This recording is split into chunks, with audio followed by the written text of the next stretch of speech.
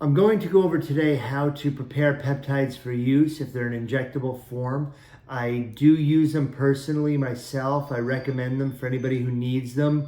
I don't necessarily encourage you to use this video to decide, oh my gosh, peptides are for me. You should have somebody who knows how to use them, who can help you understand the best way that's for you, the safety, effectiveness, everything that. I'm just assuming that that's already something you already know.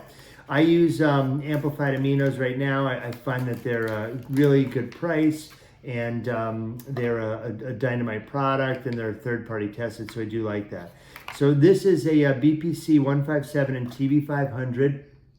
If you notice, here's the BPC-157 TB-500, and they're marked, for research use only. This is the bacteriostatic water that we use. When you mix it up, you have to use a water. Don't use tap water. Don't use distilled water. Use the bacteriostatic water. You can see the vial is very, very small, and there's a powder that's in there. And I have, this is the bacteriostatic water here. I have alcohol prep pads.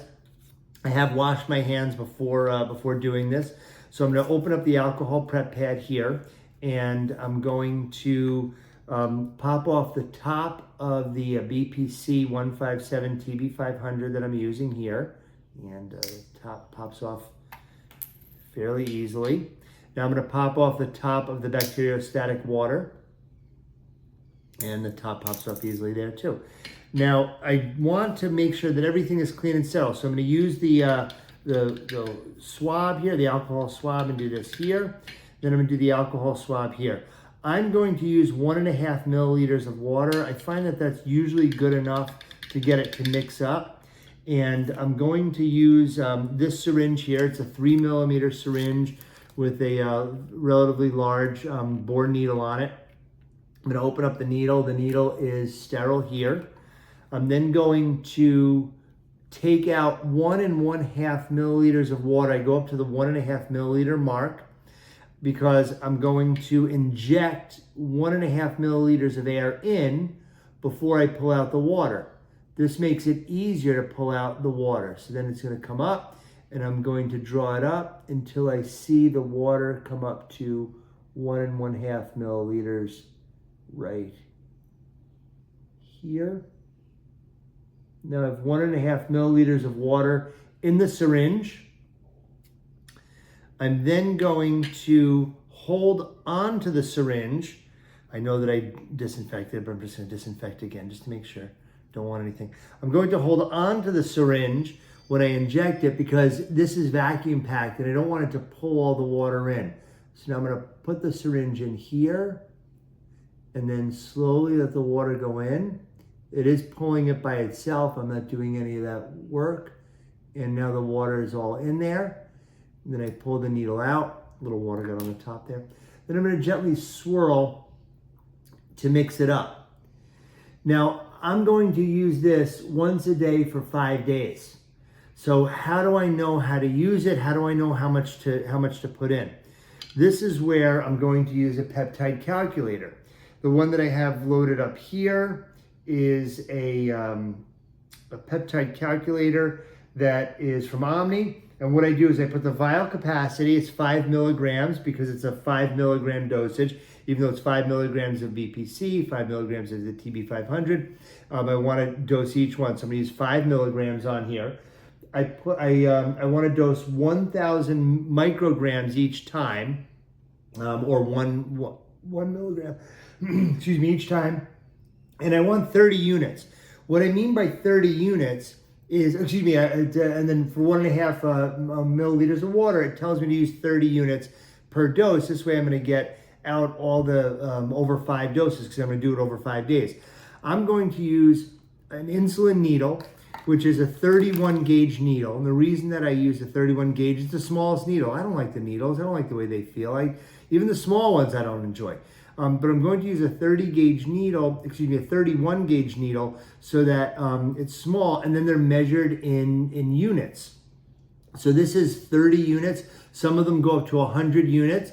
If I draw out 100 units, it's just more that I have to inject.